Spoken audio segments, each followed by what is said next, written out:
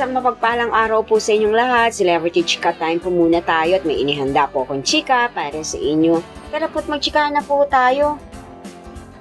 May Mendoza, latest update ngayong araw sa longest running noontime show na Eat Bulaga. Yes, mga maka-Celebrity Chika Time, yan po ang ichichika ko sa inyo na lubos rin pong usap-usapan sa social media ng mga netizens, lalong-lalo na nga po ng mga followers at supporters ni Mengay.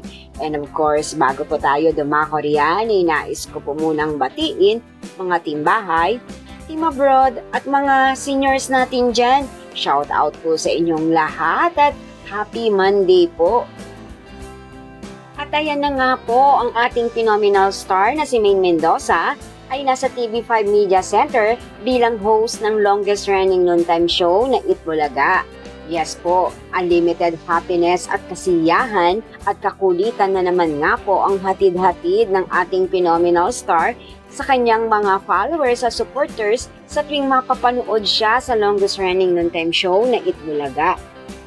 To the highest level nga po ang kasiyahan at katuwaan sa tuwing nariyan at present si Mengay. Narito po at panuorin po natin ang updates ni Mengay sa Eat Bulaga.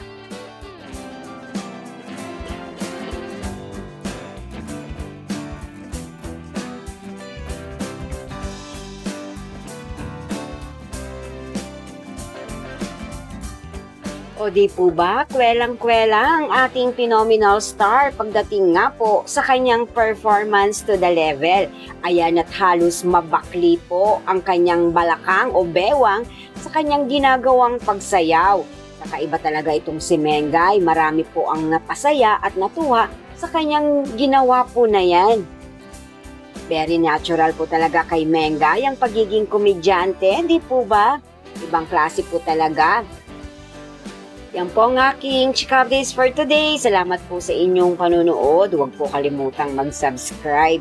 Pwede po mag-comment sa ibaba. Basta wag lamang po harsh o nakakasakit sa isa't isa. Salamat po muli. Spread love, not hate.